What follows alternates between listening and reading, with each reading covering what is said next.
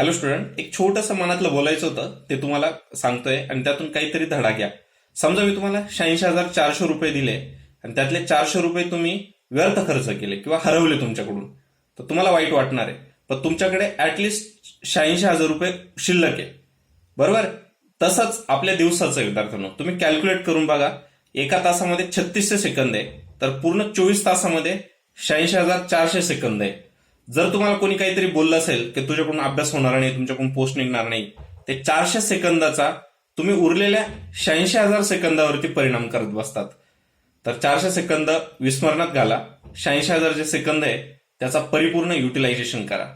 बघा, पटलं तर जसं म्हणतात ना, वाचाल तर वाचाल, चांगला सकारात्मक विचार कराल तर परिणाम चांगले येईल.